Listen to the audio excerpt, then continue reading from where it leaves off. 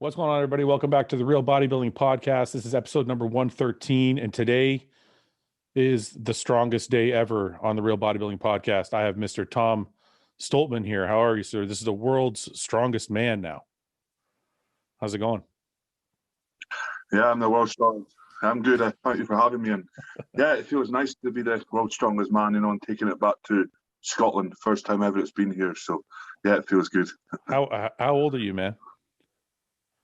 So I'm 27 years old, so I'm still the young pups of the sport still. So. 27 years old. Look, I want to start off the podcast by saying I don't know very much about strongman. I've watched some of it on TV, and it's like super interesting, but I don't know all the ins and outs of it. So hopefully you can teach me some about that, some of that today. But at 27 years old, you now call yourself the world's strongest man. Is that crazy? Like, you're the strongest guy in the world. Yeah, I mean, it doesn't sink in. I used to watch this when I was a kid with my family, and used to watch these guys and be like, these guys are supermen. Like, how are they lifting cars? How are they pulling trains, planes? I was like, this bamboozles me, and then it's like I watched that 10 years later, I'm standing here as the world's strongest man. It's like, it's cool. It's a manly title. It's a prestigious title, and yeah, man, it's not really sunk in yet. I've not had much time to kind of have a chill and spend it with my family and stuff. But yeah, it feels awesome, to be a 27-year-old kind of normal guy and just have this title. It's prestigious to me, man. Have you done any celebrating? What did you do after your won? Like, did you drink for like the whole weekend, or what did you do? Yeah, so as soon as the comp was over, there was an after party over in America. Brian Shaw's kind of food supplement company put something on for us. So yeah, I got very drunk out there. The heat and drink don't go very well, and whiskey as well. So and then, what is it? How much does it take for a guy? What are you? You're 6'8", right? 6'8", yeah. How much do you weigh? I weigh 180 kilograms, which it's like 300. I think it's like 380 or 390 pounds, something like that. Yeah. So almost 400 pounds. So what does it take for a 400-pound guy to get drunk? How much do you drink?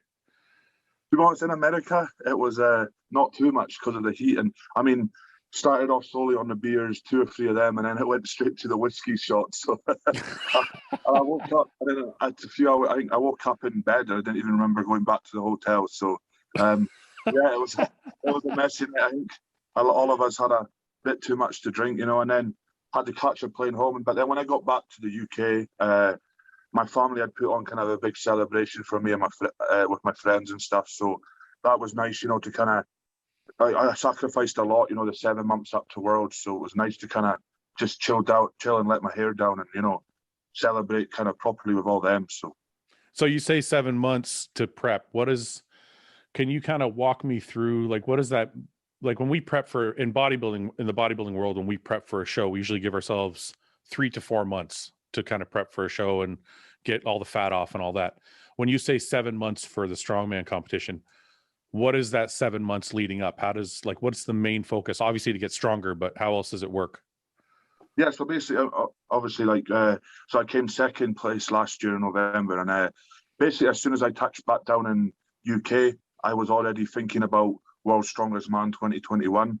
I addressed all my weaknesses that I had in November out there last year, bought all the specialist equipment I needed, and then, kind of took it from there, talked to my coaches and my nutritionist and just sat down for a week or so and planned everything out, what I needed to do, what I needed to kind of eat, etc. And then I actually as well signed up with kind of someone that helps with the mental kind of side of this, the strongman game. Physically, I've always been physically strong and able, but mentally I've kind of lacked a bit of that and not believed in myself and stuff. So this was to help me go past that pain barrier and, to kind of never give up when things are getting so hard, etc., etc.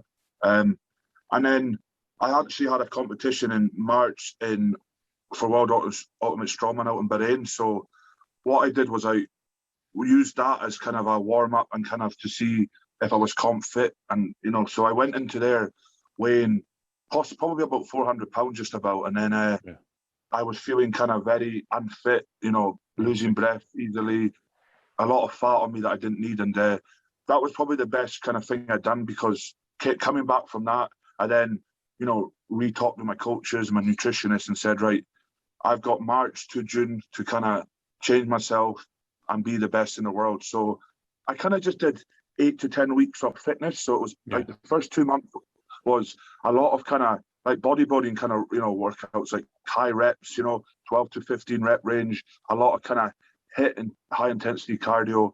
And my diet was a bit more cleaner, you know. It was, I was on about 8,000 calories, which is maintenance for me. So yeah, wow. I was staying at that, but it was a lot of just the clean food. And then once I kind of got that fitness to where I wanted it, I knew by then, you know, World's Strongest Man, the past few years has been, you know, you have to be strong, but you have to be fit as well. So I knew that my fitness was 100%. Then it was then to catch my strength up with my fitness. And so then I reversed everything, basically. You know, I took the kind of conditioning out and just did that once a week, and then started doing 3 to 5 reps, you know. And the kind of Monday to Friday was the gym stuff, and then the Saturday was the strongman day, so the event day, you know, where you do the 5-6 events on the weekend. So did you come from, so actually going back to that, so you're known as one of the faster guys, I guess, right? Like you're in the strongman events. So when you came back and you were heavier, when you say you did cardio, were you doing cardio on like treadmills and machines, or are you doing any running outside, or how does that work? Yeah, so it was the HIIT stuff. So it was like assault bikes, cross trainers, and then the skier. And then, like, you know, like say and then we do some CrossFit exercises like clean and jerks and stuff like that. So it was all just to keep the heart racing, you know, on the short rest time. So I was able to kind of recover between each set, which then really helped me to then, you know, get that fitness back up to where it should be. And then the strength I only needed another 8 weeks to get the strength kind of back up to the top. So yeah, for me, the most important thing for me was, you know, recovery, I always say, is the key. You know, I mean, for me, the gym for me is like the second most important, maybe in the third. I think it's diet, recovery, you know, gym. And like my gym prep wasn't always the best. You know, I had a lot of kind of bad days, but my recovery and nutrition was always on point. I always made sure I was like obsessed with that.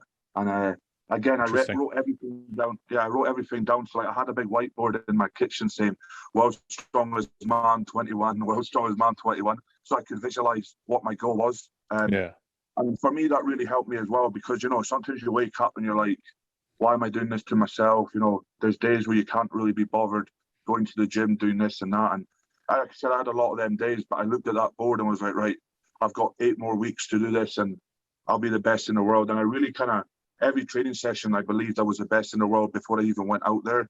Yeah. And I knew that if I kept going how I've been going, then I was going to be the best. So yeah, I just did all that. So probably about 16 weeks of proper kind of training to help me get to the World's Strongest Man, and then the recovery and nutrition on top of that as well. So can I ask you, so you said you had a few coaches. How many coaches do you have? Like, and for what different things do you have?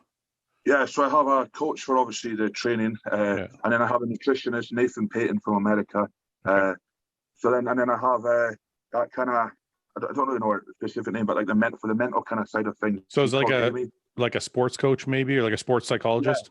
Sports psychologist kind of, she's kind of like that. Kind of, so she's called Amy there, and then I obviously have my kind of physio. So those are the 3 main kind of people on my team that really do help me get that, like obviously the whole package. But those are the 3 guys that I go to kind of obviously listen to and do the kind of out the gym stuff. Yeah. So I find that really interesting, because nobody would think that the world's strongest man has any doubts or issues like that, which is amazing, because, you know, I talk about that all the time on my show, because I saw a sports psychologist myself.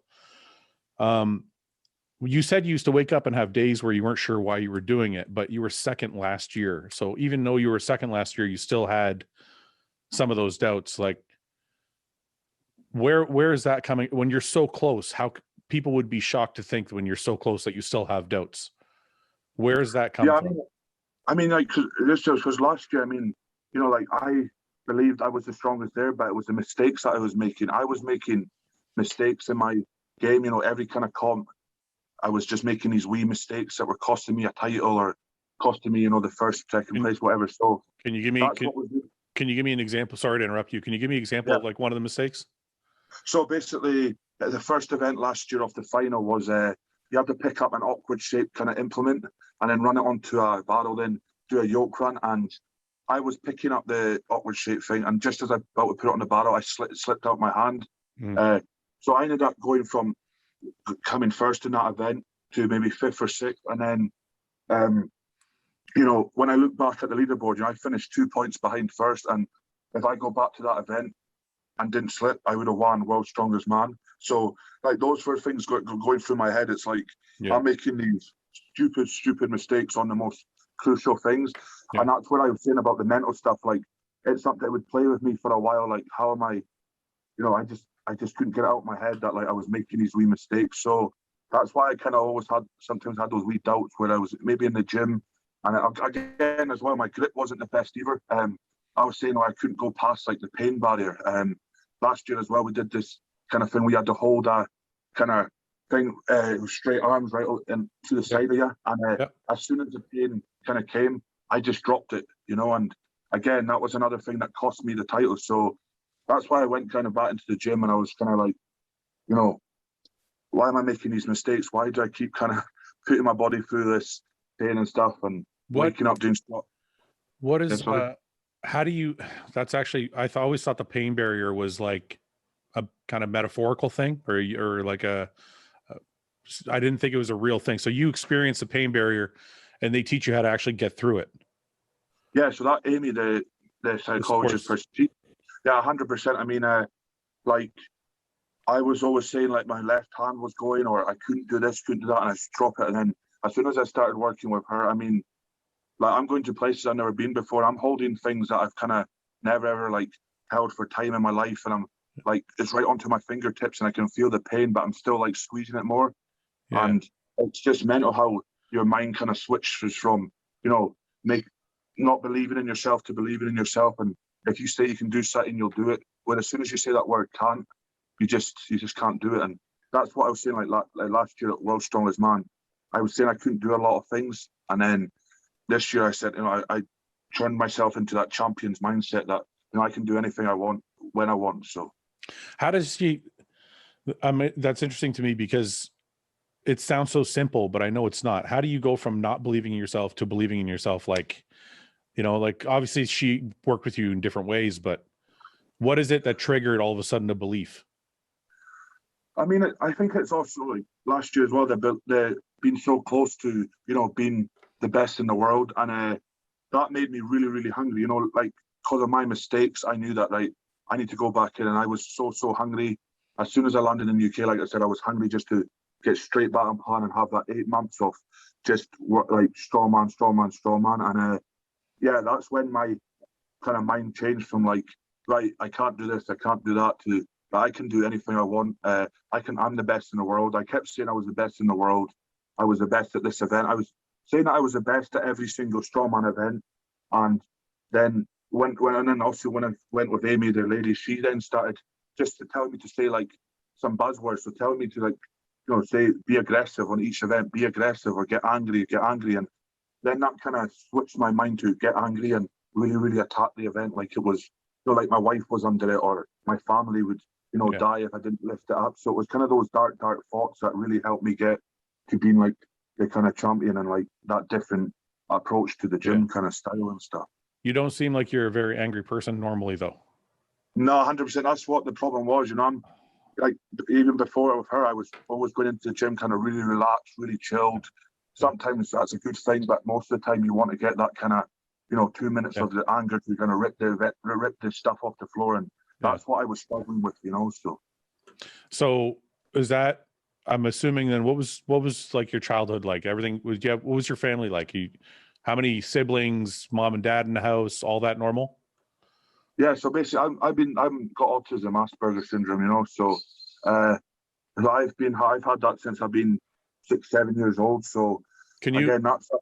Before you go on, can you explain what that is? So autism is Asperger's syndrome. It's kind of like it's kind of like ADHD. Like I don't know if you know what ADHD is. It's kind of like that, but not the kind of hyper anger kind of side. I mean, there's all different levels of autism. You can start from like the mild stuff all the way up to the kind of really extreme. And when I was a kid, I had like the in-between kind of one. So like I was misbehaving. I didn't mature till a later age. I was really shy. I locked myself in the room. So it's kind of like, it's a disability you can't see, you know, and, you know, people label you and be like, oh, why is this kid doing this? Why is this kid doing that? You know, so that was really hard for me. I mean, I think I got diagnosed when I was a really young boy. And I mean, my mum and dad, I had 4 other siblings. So I had 2 brothers, I have 2 sisters. And, you know, they were all so supportive. I mean, my sister worked on that kind of job, you know, the looking after people with the additional needs and stuff. So they were already kind of clued up with kind of what was going on. But, you know, for me in my head, as a child of like having this kind of stuff and locking myself in the room and going to shops and like hitting things off the shelf, you know, it was a really kind of hard thing for, you know, my mum and that to experience. And for me to be accepted in like with my childhood and stuff, my mum and dad had to film me, you know, doing these behaviors and acting up and stuff to then get diagnosed and get help. So, you know, it went to an extreme that I had to physically get filmed to, you know, for people to believe that I had this illness, which, you know, is not a nice thing for any one son or daughter to go through. So your parents would film you? Yeah. Doing these things? Yeah. So like they wouldn't diagnose me or they wouldn't get help until they physically had evidence on CD or setting off on film, of me getting like abusive or, you know, fighting or whatever, you know, and this kind of stuff. And that's so like, and then locking myself in the room. So that was kind of a really hard thing as well, because, you know, my mum and dad were, you know, sad and that no one believed that I had this kind of disability, you know. And then going through, so then kind of sport was the thing that saved my life as well, because like even when I was younger, I played a lot of football, soccer in America. In America, I played a lot of that, and that was the thing that kept me going. You know, I didn't, even in primary school, I wasn't the kind of most educational. My primary school was really small, so all my mates played soccer and football, so, you know, we were really close and everything. But it wasn't really until I hit for 14, 15 years old was when I said to one of my teachers that I want to tell all my friends that I've got this illness, additional needs. So before you go on, how old were you when you got diagnosed? Yeah, I was 6 or 7 years old. So 6 or 7. Okay. Yeah, so you carried that diagnosis you carried it from 6 or 7 all the way to 14 without telling anybody. So basically the reason I did tell people because in my primary school, we were all just hyper kids and everything anyway. So like I felt normal there because obviously kids were doing the same as me. Yeah. And then obviously going from that school to the bigger school, and that's when I was like, right, there's triple the amount of people in here. I'm getting taken out of class, getting extra support, not turning up in school on days. And a lot of people were asking, like, why is Tom, you know, doing this? Why is Tom doing that? Okay. And that really played in my head as well, because I was like, thought everyone else is being normal and I'm not. So that's when I said to one of my teachers, like, I want to tell people that what I've got and stuff. And I did that. And as soon as I did that, a weight lifted off my shoulders and they respected me for who I was. And, you know, like, so I was really scared because obviously I thought they'd turn their backs and go, oh, we don't want to know you. We don't like you and stuff. But they were also supportive, and like, it was mental how like that weight just came off my shoulders and it felt like I was a normal person, you know. And I think one of the things, so I dealt with a lot of social anxiety in my early 20s. And one of the things, that weight that you talk about being lifted off your shoulders, the very first time I felt that was when people would ask, because I would sit down to dinner and let's say I would start sweating or something, I'd get really uncomfortable. I wanted to go, I just wanted to be alone. I wanted to get out of the room and not be around anybody. And once I was able to tell people, I all of a sudden felt better. I was like, 100%. I was like, I'm just having an anxiety attack. I'll be okay. Yeah. And then people it's almost like they're more supportive of it. So 100%. Because like I hated saying that I was shy, because I wasn't shy. I just hated like hiding it and saying I was shy because I just wasn't. And that was the thing that was really eating at me. Like, like one of my parents just say, oh, he's just a shy boy, and it's like, I'm not shy. I've got this strong in me. So yeah. So as soon as I said that, it was very good, you know, because then I was able to interact with people more and stuff. And then basically leaving school, you know, was hard. I was in and out of jobs, you know, out of college and stuff. And then my big brother was like, he was into the bodybuilding kind of scene already. He's 10 years older than me. So about 16 years old, he said, like, all my mates had left to go away to the unis and stuff. And there was no like footwear stock anymore. So I was going backwards. I kind of started locking myself into my room again and not really talking to anyone. So that's when brother said, I'll come to the gym and, see how you like it and stuff. And, he took me to the gym and, the first few days I had my head down, don't talk to anyone. I was just talking to my brother and lifting the weights, and like I hated every minute of it, to be honest. I hated being around people. I hated the mirrors, like them staring at me and stuff, because I was a really, really skinny boy as well, like really skinny. Like I said, no confidence, nothing, just and then I started just kept going. Usually when I find things hard, I would just quit it and go back to being in my room and stuff. But I really wanted to give it a go, and did your brother keep you going? Is that why you kept going back? Yeah, so my big brother really kept me going. He was basically my coach at the start of it all. Like because obviously he knew what the autism was and how I had it, so he knew how to he went down to kind of my level and slowed everything right down, and he taught me it like in say 10 steps instead of 2 steps, So he went to that and he wrote everything down, because I can visualize more things when I write. So he did all that kind of stuff for me and took my time. So he really cared and wanted me to kind of grow as a person, not just in the gym but out. So within like 3 or 4 months in the gym, I kind of started seeing a bit more changes, started talking to people, had my head up, started just like, because my brother at this time worked away on like the oil rigs. So when he was away, he didn't want me to not go to the gym. So he introduced me to a few people and I started going with them. And then everything just kind of grew from there. I kind of started getting really confident, seeing changes in my body. When I seen that change in my body, I just got addicted. I was like, this is so good for my autism, so good for like the mental kind of side of things, and just kept me, it kept me having a purpose in life. I knew that I was coming to the gym every day, what I was eating, when I was going to bed, and it was that routine. People with autism need a routine, and that's what the gym gives me. There's no better kind of sport to do than, strongman bodybuilding, and it has a routine. So, every single day I was doing the same thing, and then I entered. My brother entered me into a competition at 18 years old, Scotland's strongest man, without me knowing. So how long had you been training before he entered you? About a year and a bit. So so I was just like, oh well, thanks for that. The big.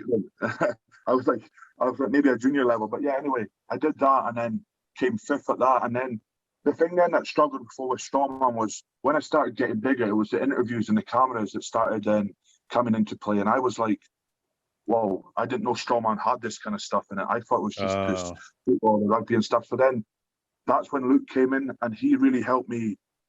He started talking to people at first for me and stuff and doing interviews. But then I was like, look, I can't use Luke all the time. I need to get over this hurdle like I've done getting into the gym and stuff. So what I did was I used the gym as a studio kind of thing and put loads of lights in, got loads of people to ask me questions, and use like fake noise of a crowd to kind of get used to the noise and get used to people talking to me. And, that's what I like. Usually I said when I'm in uncomfortable situations, I usually take myself out of that. But I wanted to put myself into the uncomfortable situation and kind of do it for myself. And that's what I did. So like every interview that I was doing, I was getting better and better and better. Yeah. And that was just because I was wanting to kind of improve myself, because I didn't want this strongman thing to kind of end, because I knew I was good at strongman. I just wasn't good at the interviews and the talking, and my head was down, like I said. So how long did your brother do the talking for you? Like how many interviews, how many years, how many months went by where your brother's name is Luke, right? Yeah, Luke. Yeah, Luke. Yeah. So I watched some of your guys' YouTube videos. He seems like a great guy, but how long did he kind of be your voice? Yeah, I mean, he was actually my voice for maybe the first maybe 2.5 years. It was quite a long time, maybe even 3 years. Because I mean, I would talk and say the odd like sentence here and there, and hey, hello, how are you, and then just head down. And I would eat dinner, and that's him talking. So it was quite a long process to get me from getting like one word to then talking. But I mean, that's the thing. All the strong men understood what I had.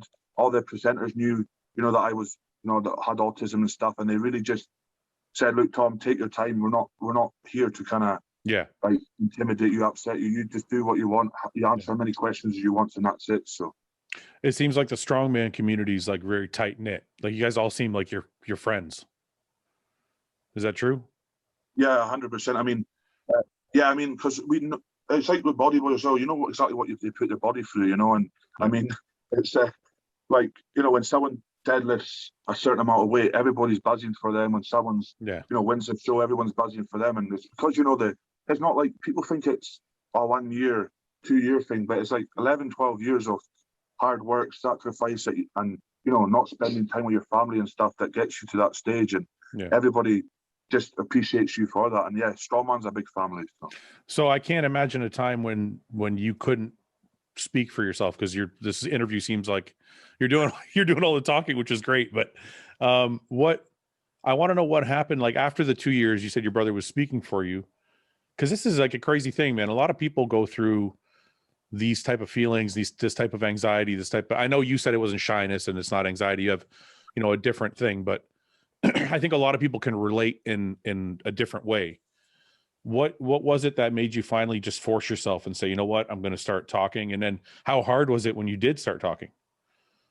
Yeah, well, like, that's what I said. You know, I forced myself just because I knew I was good at strongman, and I knew that. And I bet in my head, I always thought, like, you know, if I don't do these interviews or get myself out there, then I'm never going to be able to take it to that next step.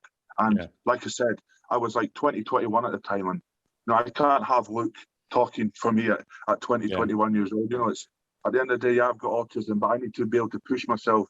You know, Luke can't go and baby me and lift the weights and that for me as well. So I thought, you know, like, right, that's why I did the stuff in the gym, and I suggested that idea and did it myself, because I wanted to grow myself to get more confident, to help me speak in front of cameras and stuff. And I know, and then when I did my first interview after that, people were like, right, Tom, take your time, you don't need to talk. But then I just blossomed and was like, they were like, you know, geez, what's happening? Luke's not saying a word now. You're now not shutting up. What's happening? And, you know, it's just, I just have to have a lot of kind of practice with a lot of things to then get comfortable, you know, and that's what I kind of just did. I just kept putting myself in uncomfortable situations that I would never put myself in like 7 or 8 years ago, and just kept on getting over this hurdle. So how uncomfortable was your first interview? Like, what is when people say, you know, that there's a common phrase now, everybody says you have to get comfortable being uncomfortable. And it's just, people just throw it away like it doesn't mean anything. But for people that have any type of mental issue or any type of issue, it's not easy to just put yourself in an uncomfortable situation. So the first interview you agreed to, how hard was it to actually do it? And then how long was the interview?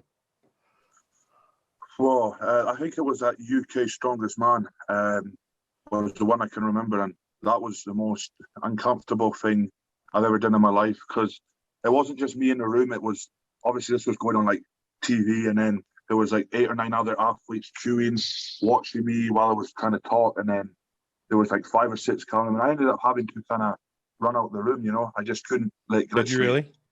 Yeah, I just couldn't like face it. And then the nice thing for afterwards is what they let all the other athletes go first, and then they brought me back in afterwards and kind of put less people in the room. So then I got used to it. But yeah, they knew after that not to start me hundreds of people. Everybody, yeah.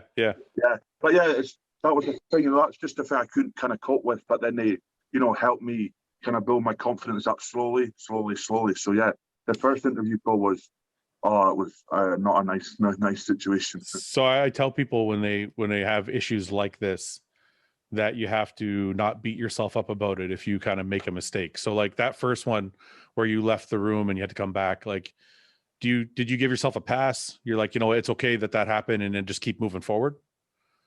You know, I still wasn't mentally good then, you know, with the stuff, like with all this kind of talking stuff. But I kind of thought I let myself down. I just it did beat me up, you know, it beat me up for a while, because I was like, geez, you know, it's just talking. Like, I can go and lift loads and loads of weight, but I can't go and talk and then answer 4 simple questions in front of the camera. So it kind of bet me up for a while. But then, you know, I calmed down and got kind of, it's just an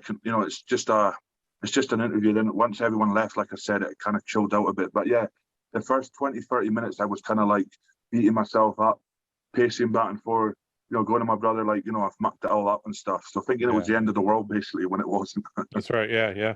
So you said you have 3 other siblings. Are you the youngest of everybody or no? So I've got a wee brother, and then it's me, and then it's my sister's sister, then it's Luke. So Luke's the oldest. So you have 4 siblings after. Four. Yeah. And Luke's the oldest. So is Luke kind of the guy? So I have a brother who's 11 years older than I am. And my father was much, much older than the rest of us. So I always kind of looked up to my oldest brother as almost like a father figure. Yeah. Is Luke your older brother, or do you look up to him like kind of like a mentor? Yeah, I mean, both, to be honest. He's always there for me through the thick and thin. And obviously, like, me and Luke do the strongman stuff together, and we run a business together. So we're always, like, 99% of the time we're together. So, yeah, I look up to Luke, especially at my earlier days of strongman. I looked up to him more as, like, my hero instead of my brother, because he was the kind of one that did save me from going, like, maybe into foster care and not being a functioning member of society and stuff, So I kind of have a lot of respect for him, but he even to this day, he makes sure I'm safe. He always puts me first before even, like, sometimes his wife and stuff, and that's a big kind of thing to do. So yeah, he is more than a brother to me. He's kind of like still a mentor and a hero as well for kind of helping me get to where I am today. So I know you and your brother do. I know a lot of people watching probably don't watch Strongman. You and your brother actually compete in the World's Strongest Man together. And yeah, so sorry, go ahead. What I was gonna ask was, what was it like when you finally overtook your brother? Yeah, I mean, so yeah, the first, I think I overtook my brother when it was at Scotland's Strongest Man. He had won 5 titles, and I think he was going for a record of 6. Yeah. So I came in and stopped him from doing that, and then I won it again after that. And I mean, Luke says as long as I beat him and the title stays in the family, it's fine, and I'm vice versa with him. Yeah. And then the thing that really kind of blew myself and Luke up was World's Strongest Man 2019, when myself and him both got to the World's Strongest Man final. So we were the first ever brothers to get to the final. Yeah. In the history of the sport. So that was a massive kind of thing for 2 brothers to do it, and also to be Scottish as well, because Scotland's not very good at most things. So it was nice to be able to, go over there and kind of make a big statement. That was when I fought in Strongman. That's when I made my statement of coming 5th place at my second World's Strongest Man, and being there with Luke as well was kind of our statements of being the world's strongest brothers and stuff. So I want to go back to that question for 1 second. I just want to ask you. So, because the reason I ask you is my oldest brother is kind of like my hero, my mentor as well. And I'm always chasing him. For me, it's different. We're not strong men, and he's not a bodybuilder. But say like in business, for example, right? So I don't know if I'm ever going to catch him, but you caught your brother. So when your brother goes from being a hero and a mentor, and then you catch your hero, what is it? Not that there's any bad feelings. Of course, there's no bad feelings. It's your brother, but is there a sense of satisfaction? Is there a sense of disappointment? Is it like, shit, he's not my hero anymore? Or like, what is the feeling? I mean, there is a lot of satisfaction because, Luke had, 5 years in a row at being a champion, and I was second to him. I think it was 3 times in a row. So, being second to your brother 3 times in a row does get, like, you want to, like, strangle them or do something, and then finally have that extra 2% the next 2 years and beat him. And then, like I said, World's Strongest Man as well, I kind of tipped him in that. And it's a big, massive relief as well to kind of know that, being 10 years younger as well, and you always want to get that one up on your brother. So we have some great banter with that. I keep my trophy in my car, and every time I come to the gym, I flash it to him and say, look, I'm the champion now. So, that's the good thing about us, because we're never really serious, we're always kind of thrive off each other's success and energy, business, strongman, life. And, we're always, even like, it's like the orders we do, how many merchandise orders can we pack in a day? It's kind of, we're always having that kind of competitiveness. And I think that's shows, and it's really kind of friendly. But yeah, he's obviously still my hero and mentor and stuff. And I really want him to kind of, push up and get to like the top 2 in World Strongest Man next year and kind of fight with me as well. But we have such good kind of battles in training as well. I mean, Luke's one of the best log pressers in the world. I'm the best stone lifter in the world. So we really kind of go head to head and, put all our heart into it. But yeah, it's fun being the younger brother, but also being the better brother now and the stronger brothers.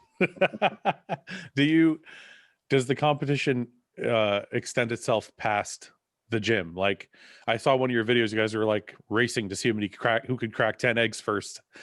So I'm just like, is that kind of shit go on all the time? Like, you and your brother always competing for dumb shit like that, or is it like just in the gym?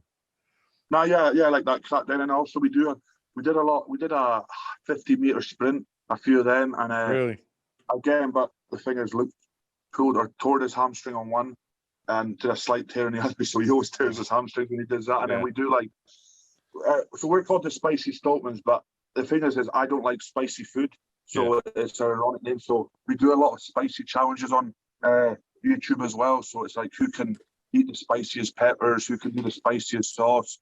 And although I don't like it, obviously I don't want to lose to him, so I kind of go over the top and sorry. So you do it anyways? You'll just do the spicy shit just to beat him?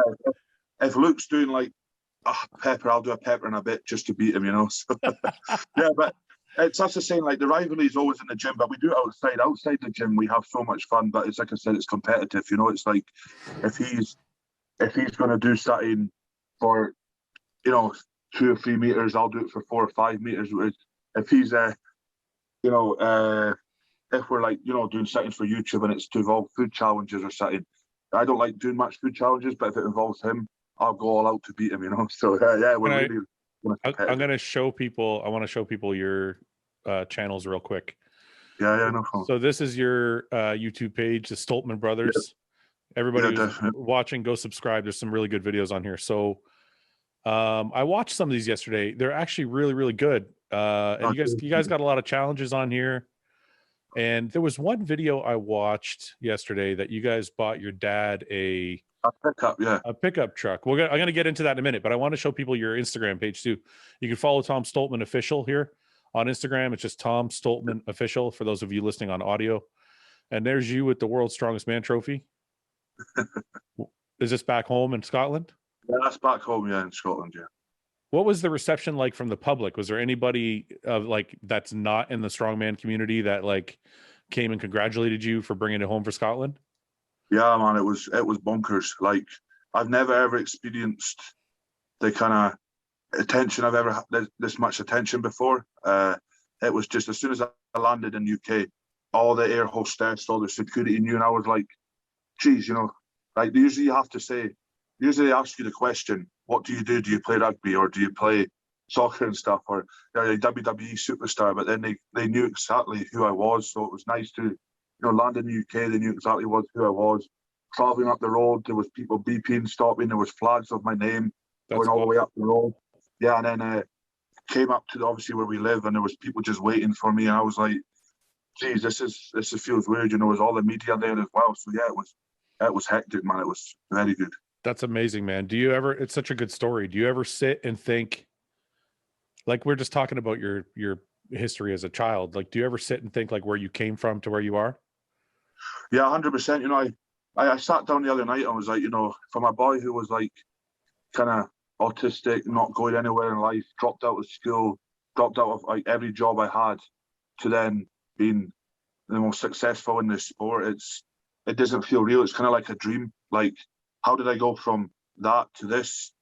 And yeah, it's hard work and stuff, but it's also the support you've got. Like, I always have that wee circle. I don't have the big circles. I have the wee circle with people, and that's, like, I always talk to my wife about it all and stuff, and my dad and my sister, and I'm like, no, how the heck have I gone from that to this? Because, like, if you've seen videos and stuff when I was younger, you'd have been like, that's not Tom Stoltman. That's what everybody says to me. It's like, that is, how the heck's that the same person? It's like, it just bamboozles me as well sometimes. Holding that trophy is a special feeling. How long have you been married? So I got married young. I got married at 21, so 22, 6 years. My mum passed away 5 years ago of cancer. So sorry again, that's a really big motivation for me as well to win worlds. And also in 2018, I said live on kind of Facebook, social media, though, that in 2021, I was going to win World's Strongest Man for my mum. I said to her, I'd make a 3-year promise. 2019, I was going to qualify for the finals. I did that. In 2020, I was going to get on podium. I did that. And then in 2021, win. So the story has been, it's just bonkers how I've done that. Yeah. Like, I made a promise and kept it, and it said exactly what I was going to do each year. So she's my biggest supporter. I mean, like, that with the pain thing, going back to that, like, the pain thing as well, like, I put myself through this pain, and my mum didn't have the choice to go through that pain. So again, that's why I can go now to that place where, you know, this ain't pain. This is me. What do you mean? Pain onto myself. Can you like explain? in the gym and stuff? So I know I'm in the gym, but can you explain to me what you mean exactly? Because you said your mom didn't get a chance. Do you mean to see you? Is that what you mean? I mean, so my mum died of cancer, but she never got to see me win a trophy. Yeah. So she got to see Luke win, I think it was 3 Scotland's Strongest Mans, and she didn't get to see me win. So, like, you know, that kind of, you know, that was kind of like my mum's never seen me do it. She kind of passed away. I was like, right, I need to do something. So yes, I used her as kind of energy and, you know, to control everything, and just use her to kind of get that power and stuff. And it really helped, you know. So you've been with your wife married for 6 years. How long have you been with her? When did you meet her? I met her at 18, so yeah, nearly 10 years nearly. So okay. So how is your wife with any of your autism? Like, is she helpful? Like, obviously she's helpful, but I mean, is she more just accepting, or is she actually help you get through things? Yeah, she's been unbelievable. Like I said as well, you know, like the thing I remember from kind of in my leaving school is that one of the teachers said to me, you're never going to move out your parents' house. You're never going to be successful. You're never going to do nothing. So, you know, obviously that stuck with me. But then when my kind of mum was obviously getting ill and dying and stuff, you know, I wanted to kind of give something back to her, because obviously she had done so much for me, and being autism and stuff, she was obviously there for me more than she was any other siblings. So yeah, I met Sinead at 18 years old, and then I obviously told her, you know, I was autism and stuff, and was pretty scared because I thought she might have been like, right, I don't want to be with you, bye, you know, get out. But yeah, she was so supportive. I mean, she went to my first strongman comp, to now still obviously supporting me. She understands the sacrifice. She understands that, like, she needs to come onto my level as well. She studied a bit about autism when she met me, so she kind of, you know, she kind of wanted to help me and wanted to kind of basically care for me as well, as, you know, because I needed that extra support. But yeah, I got married at 21 with her as well, and it was kind of my mum's last ever kind of proper time seeing, you know, us together, and it was a really special feeling, because I said to mum, I wanted to either move out the house or get married. So, you know, I got married, and then she was getting iller and iller, and I was able to then move out the house and do 2 things that, you know, I wanted to show my mum, because my mum said she didn't just want me to be a good strongman, she wanted me to be a good person and you know, provide and be successful in life. So yeah, I bet my wife is unbelievable, you know. Sinead's been through the thick and thins with me. So How often is that thought? Because my father passed away, I think 8 years ago now, maybe more. It's been so long. 2006, actually a lot longer. It's been 2006. Yeah. So anyway, how often is that thought in your mind? Like, is your mom there every time you make a decision? Because I know for me, like, a lot of times when I'm struggling with something, I think about my father and what he would do. Yeah, 100%. Obviously, like, you know, the thing is with my wife as well. My wife and my mum were like kind of the same person as well. They really got on, which really gave me that warmth. So like when my mum passed, Sinead kind of, I was like, I was talking to my mum when I was talking to her. But yeah, I have a picture of my mum in my house that I kind of talk to if I'm struggling. So like, you know, if I'm making a decision or being like, right, I want to buy this, and I was like, right, wait, what would my mum think or something? So yeah, I kind of talked to her. Again, it also gives me comfort as well, you know, that kind of thing of seeing my mum there in the house gives me that bit of comfort. I got a tattoo as well, because her favourite flower was sunflower, so I have that on me as well, just to know that she's with me. But yeah, that's just my comfort thing. But yeah, my wife as well, she's the most supportive person ever. Like, that's for strongman. Like, she sacrificed a lot as well to be with me and to let me do this sport and let me kind of grow as a person. You know, like, she could have said, oh, I don't want you to be a strongman when she met me. Yeah. And then I would have never had this opportunity to be the best in the world and do stuff like this. But yeah, she's been unbelievable. And like I said as well, my mum as well. Can I ask you a weird question?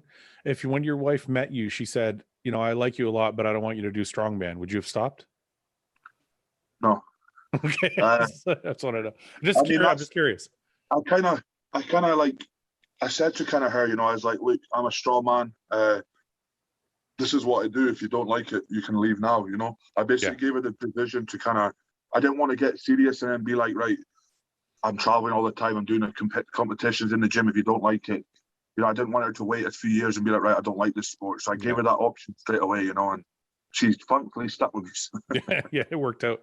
Well, so I want to go back to the video I watched of you and your how supportive and how much does your dad mean to you? Because I saw that you and your brother bought him a truck for Christmas. Was it last year that you did that? Yeah, last year. Yeah, I mean, my dad again is, like I said, we're such a close family. We all live with like 10 minutes between each other. So, yeah, my dad again is like my mum, a massive, massive supporter.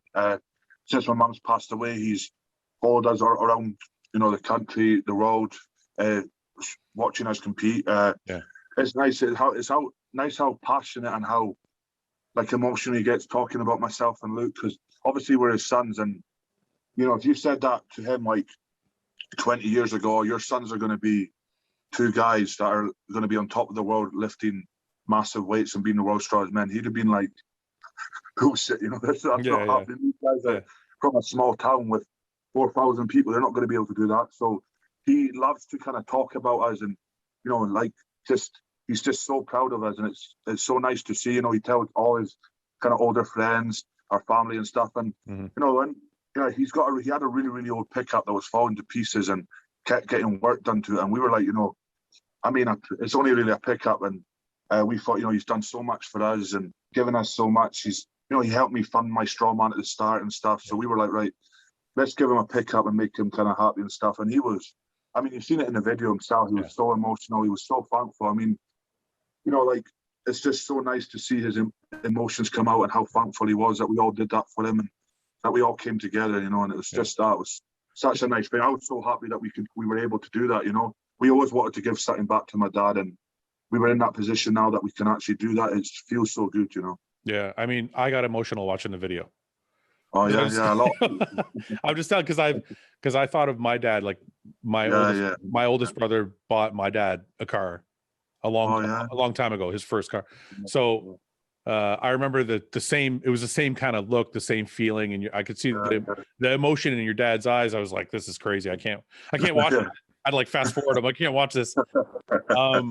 But no, it's great, man. I think that's an awesome thing that you're doing, and you guys seem like a really close family, so it's really cool. But I want to get into some of the X's and O's of strongman because I think people would be kind of shocked. So you said your maintenance calories are 8,000 calories a day.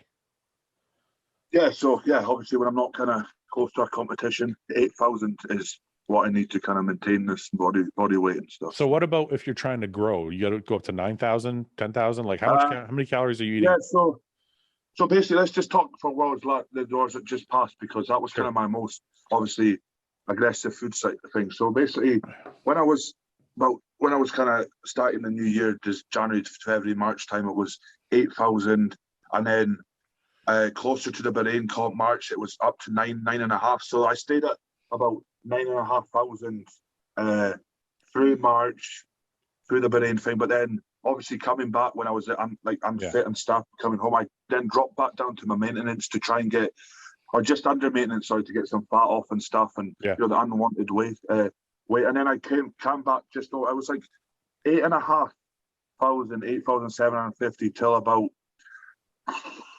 6 weeks out from World's Strongest Man, and then that's when the calories increased. So then I went up to like, I think it was near enough 9.5, about 4 weeks out, because my sessions went like intense, really intense. So I needed to get that.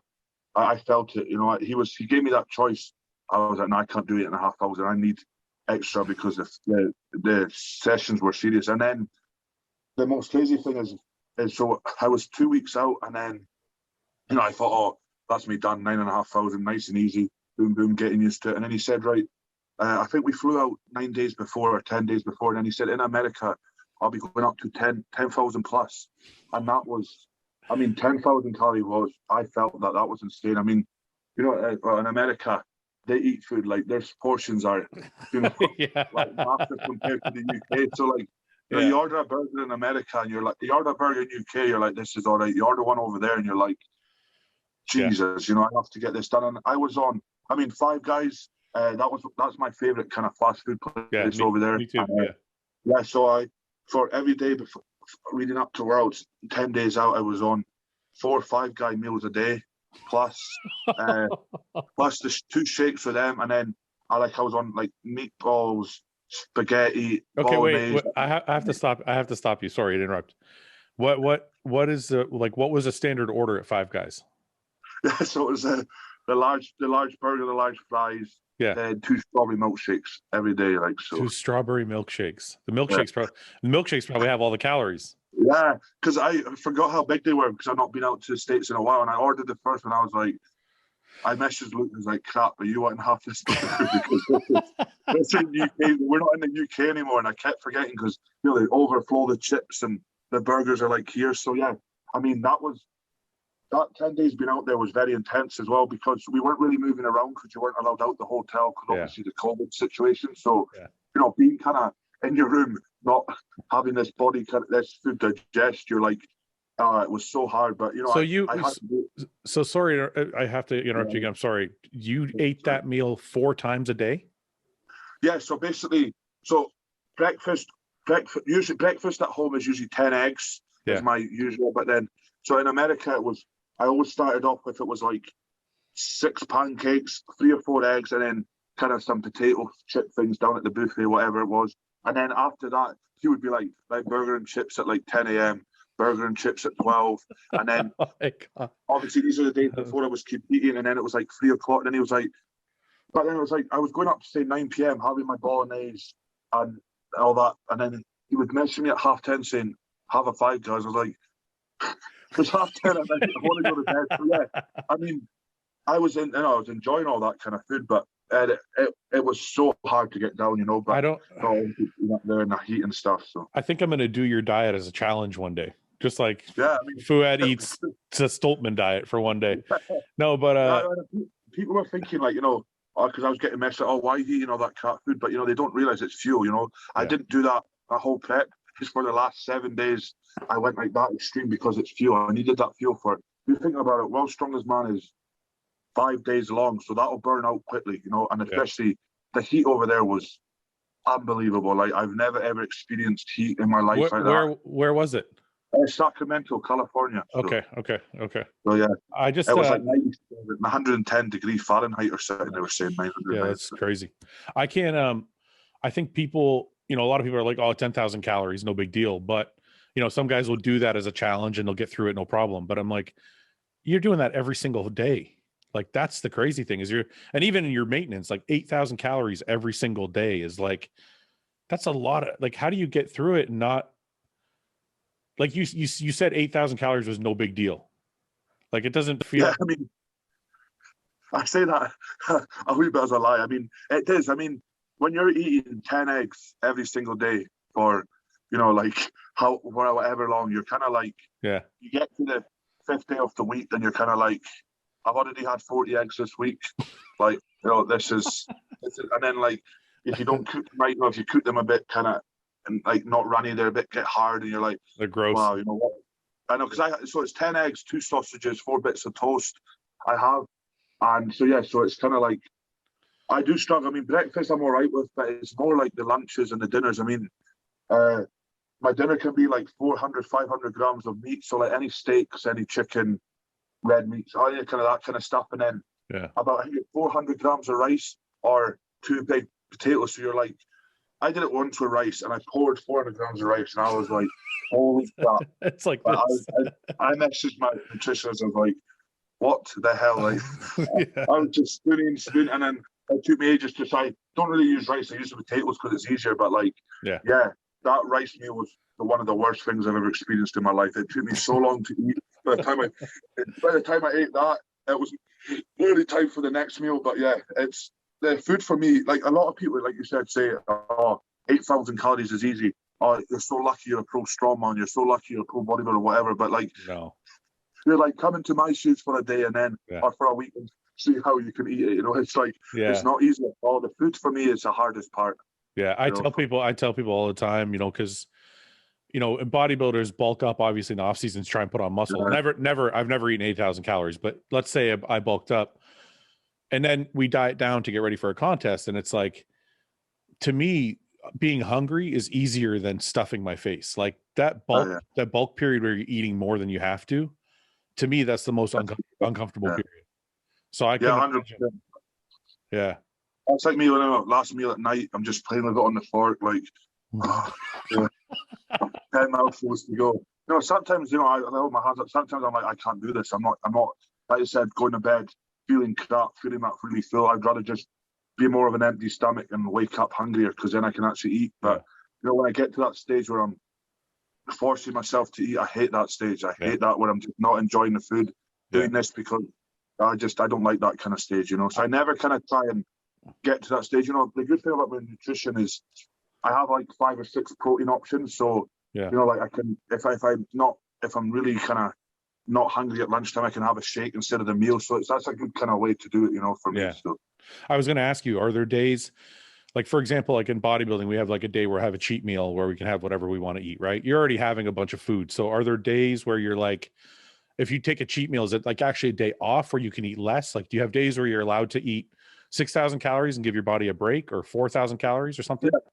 So Wednesdays is my recovery day. And that's when I, strip down the calories. So that's maybe even 2,000 off, maybe 1,000, something like that. So it's really like to give my body that rest, that recovery and stuff. And then with the cheat meals, it's weird because obviously after a competition right now, I'm trying to get my my insulin levels and that back to normal and stuff. So I'm only having one on the weekend. Yeah. But usually what happens is, as part of prep, a cheat meal will get added in every day before the gym to use that as fuel. So like it'll be the normal meals plus that extra cheat meal for the fuel. So it kind of varies. That's crazy though, because I understand the concept of needing it for fuel, but I also think, like, what is a cheat meal? Like, your whole diet seems like I wouldn't even want a cheat meal if I ate 8,000 calories. What does a cheat meal look like for you? Yeah, so I mean, it's burger and chips. I saw the one video you ate, like what the fuck was it? It was like a shake, and then you had like 5 donuts or something like that.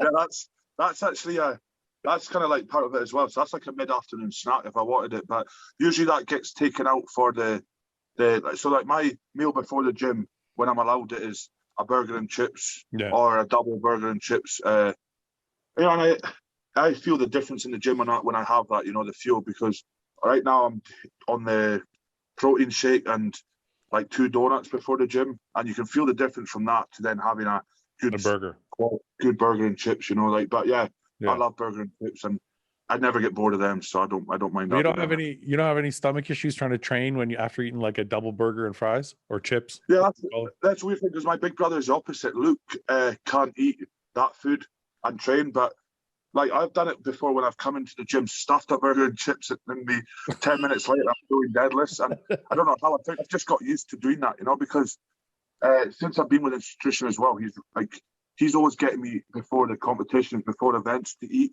So I'm always like kind of full. So I think it's just kind of got used to being that full going out to a contest and stuff. So it could be age too, because I remember when I was your age, is how fucking old I sound.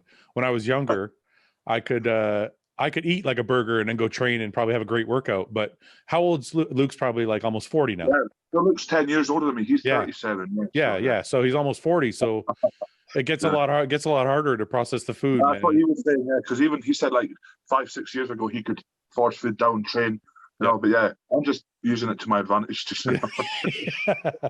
So I just have a couple more questions before I go, because I don't want to keep you too long. But so to become a strong man, like in bodybuilding, you have to like go through the NPC. If you want to be an IFBB pro, you have to go through the NPC. You have to win nationals or one of the pro qualifiers. Then you get your pro status. So to be on the world to be part of the World Strongman show, like that event, how do you get there? Like, do you have to win the Nationals of Scotland to get invited? No, not Scotland. So you have to go to a bigger stage. So basically, there's a few different federations in strongman. The main kind of one being Giants Live. So Giants Live is the one that you want to do to get to these kind of big contests, which is obviously World's Strongest Man. And I mean, it is a bit kind of different because World's Strongest Man kind of can select you if they like you, or can select you if you've had good performances in the past and stuff, or this and that. But usually it's if you're like top 2 in a Giants Live competition, and any one you do, you usually get automatically then put to the world. And also then again, like, there's 25 athletes that go out to World's Strongest Man. I think if you get to the top 10, the final, usually you get an automatic invite back as well. So basically, if you're a finalist every year, you're kind of guaranteed a place back at World's Strongest Man. And usually it is the same kind of 25 people that are out there. There may be a few new faces. Like, for example, if they want a kind of another African country in it or something, they'll maybe invite someone as a wild card just to make it a bit more kind of interesting and stuff. So they have all different ways to kind of get qualified for that kind of shows and stuff. So when I watch on TV, it's only 10 guys. So is the televised part only for the finalists? So is that on American? Did you watch that? Yeah, like if I watch it on YouTube, or I watch it on like. The final. And forgive me because I probably don't watch enough to know, but ones I have seen, I usually only see the 10 guys. So is it like, does all 25 guys get television time, or is it just the finalists? Yeah, usually. I mean, when it's on in the UK, it's usually so you like each stage usually has, so there's 5 groups. So in the qualifiers, it's 5 people, 5 groups. 25 of them, and then there's weekends the final. So usually it goes, group 1 is on a Monday, group 2 is on a Tuesday, group 3 blah blah blah. Show some clips of that, show maybe the top kind of athletes in each group, and then every day there's one group gets the television time, and then it comes to the final on the weekend, which is like a bigger show. I mean, it's on in the States right now, I think, and I've been seeing World's Strongest Man promote it, and it's like the groups are getting the coverage. So like, so maybe last night was group 2 or something, maybe on YouTube or something, whatever, the highlights. Maybe it's just the finalists, Like I said, I don't like, I'm not versed enough in it to know.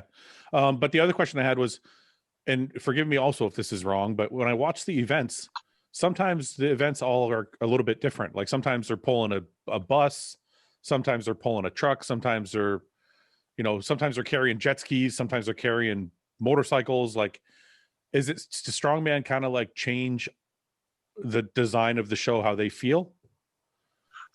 Yeah, so this is not just even with World's Strongest Man, this is with like the Giants Live stuff as well. So I think for me, that's why strongman is quite a hard sport to train for, because, like one show could have a 1-arm dumbbell press, and then 4 weeks later, you could be going to a show with a log press. So you're kind of like, I need to get all. So World's Strongest Man, every single year, every single competition you do is different. And World's Strongest Man this year was completely different. I mean, they had a train pool, which hasn't been seen in ages. They had kind of like massive whiskey barrels you had to load up, which is usually just kegs. So every year they do change it and make it kind of like the hardest comp in the world, basically. So like we've done it where we've had to like load implements in sand, you've had to load implements in water, you've had to pick things up in water, run in water with them.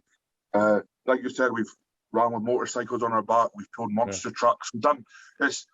They test every single kind of bit of your body, and that's the kind of good thing about it, because again as well, you don't get the events from World's Strongest Man till about 4 weeks before it, so you have to do guesswork. So you have to be like, right, last year they had this pressing event, so they might have this again, so you kind of have to guess their training as well. So that's a hard thing as well, because 4 weeks before the comp is not a lot of time to be like, right, I've got this to do now, So. Yeah, I was just going to ask, because I was going to ask you, like, when do you find out? So 4 weeks before, you find out like if there's a keg toss or whatever, and then you got to start everything. So 4 to 6 weeks, it's like you find out what group you're going to be in, who's going to be in your group. So that's why, like, with World, you have to be like, you have to train everything. So you have to, like, on your event day on the weekend or whenever it is, you have to train like 8 events because you don't know what's going to be in it, you know. So yeah, when you get set up in your groups, do you kind of know who's the best at what event in those groups?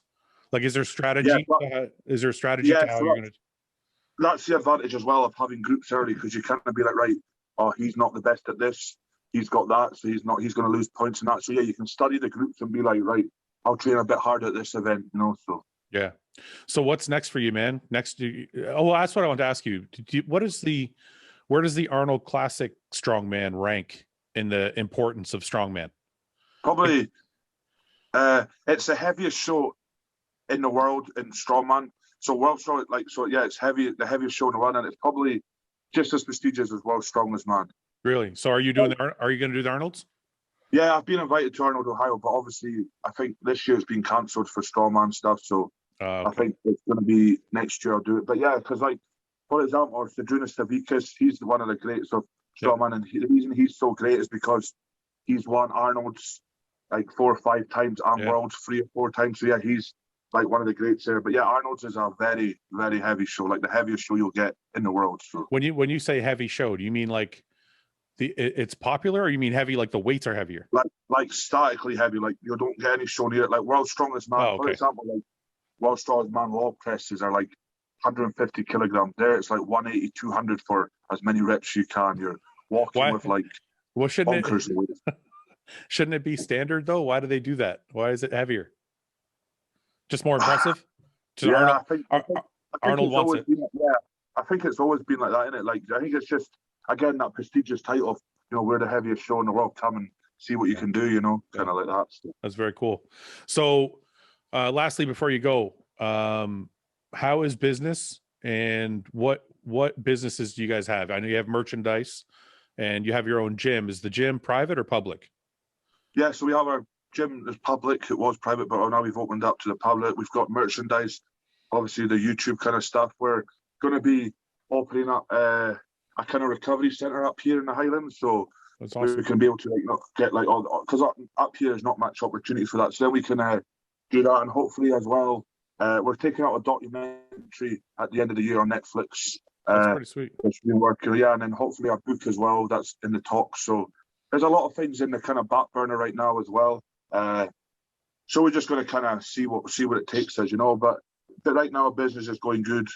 You know, Strongman's going good, and I just kind of have to ride the wave for a while and see what happens. So. Hey, last question before you go. When you talk about recovery, do you do ice baths at all or no? Yeah, I mean, if you look at your YouTube, you'll be there's some serious ice baths there. We've done actually a lot, which is one of the coldest in Britain. We did I think it was minus 4 or 5 degrees. We did ice swimming, so we went under the ice and swam up, and it was one of the scariest things I've ever done in my life. Like, oh man, we do a lot of like extreme stuff like that. Yeah, but we do hot and cold every night as well, basically. Do you every night? Yeah, every night. So we've got a set up in the gym as well. So we don't do that at the beaches. We've got hot tub, cold tub. We do every night. Yeah. I've been considering getting one because I've been, talking to a lot of people about the benefit of ice bath and all that. So if you're doing it, it's got to be good. I mean, I thought it was like I thought it was a myth at first. I was like, how's going into cold water going to help me mentally and take some inflammation down? But yeah, my God, that's my go-to recovery. It's that, it's unbelievable. I did ice baths for a long time. I just never did the hot, cold back and forth. Yeah. Does the contrasting work better? Yeah, contrast 100%. Yeah, 100%. And it's nice to just relax in the hot tub after for 10 minutes. Yeah, just stay there. Yeah. Tom, listen, man, I appreciate you coming on, man. It's a very honorable thing for me, or it's an honor for me to have you on because you're the fucking world's strongest man. I mean, it's crazy. Yeah, thank you very much, man, to be part of this.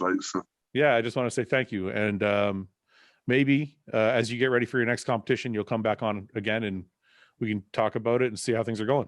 Yeah, 100%, man. Yeah, anytime, just give me a message and be cool.